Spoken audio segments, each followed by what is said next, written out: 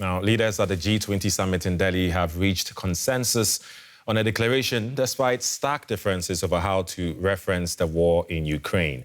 Indian Prime Minister Narendra Modi announced the adoption of the text which calls on all states to refrain from the threat or use of force for territorial gain.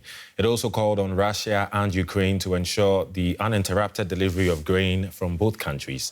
Climate change was also a key element, with leaders backing efforts to triple the world's renewable energy capacity by 2030. Russia and China's leaders are absent from the summit, having sent diplomats in their place. DW's Chief International Editor, Richard Walker, is in Delhi at the summit. Hello, Richard. The G20 has reached a consensus on a leaders' declaration. Can you give us some details about what was agreed on? Yeah, Eddie. So this has just come out in the last couple of hours, and this is a pretty long document, 30-plus pages, this leaders' declaration, more than 80 individual paragraphs in there. But the focus is really on just a handful of paragraphs near the beginning that was the center of all of the controversy. You've mentioned it already, how the G20 was going to talk about the war in Ukraine. Now, if we cast our minds back to the Bali G20 summit just last year, you'll probably remember that there was pretty strong language that came into that final declaration. This was some surprise at the time that the 20 members of this grouping came around language that included quite explicit criticism of Russia for the war. Now, the language that's been agreed on a year later, or just under a year later, does not explicitly call out Russia by name. So there's already some chatter here that the Western powers, the G7, who really wanted strong criticism of Russia, that they have caved into pressure to try and get this statement across the line.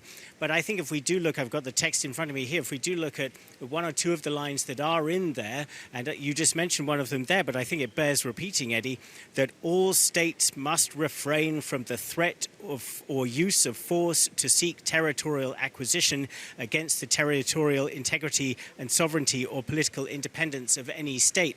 Well, you don't have to be Einstein to understand what they're talking about there. So it may not call out Russia by name, but in some of the substance of this declaration, I think Western powers will be quite happy. There is clear, at least implicit criticism of what Russia has done by invading Ukraine.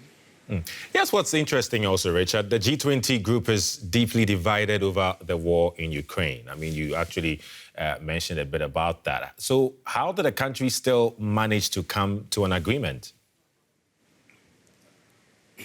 Yeah, I mean, it really went down to the line, Eddie. I mean, even this morning and during the course of the day here in Delhi, there was really intense speculation whether there would be a text that everybody could agree on. And it really came down to whether Russia and China were going to accept a text that the Indians had put forward to them earlier in the day. And bear in mind, it's not just about Russia that, of course, has launched this war. It's also very much about China, which is very much sticking by Russia throughout this process. And China has a very difficult relationship with India at the moment. Xi Jinping didn't bother to turn up to this summit. And there's been a lot of criticism from Chinese commentators about India in the lead up to this summit. So the fact that China went along with it was absolutely not a given. There was a sense that China did not want to give India its kind of moment in the sun here. So I think the fact that it did come through, the Indians are extremely happy about. The briefing we just came out of earlier, the Indians saying that it really was a pretty strong achievement on their behalf to get all of the G20 behind this statement. But there's certainly a debate going on about whether the West may have given a little bit too much by not calling out, having Russia called out explicitly in this text. But still, as I mentioned, the fact that that language is so implicitly critical of Russia, I think will be satisfying many. Okay. DW's Chief International Editor, Richard Walker in Delhi. Thank you.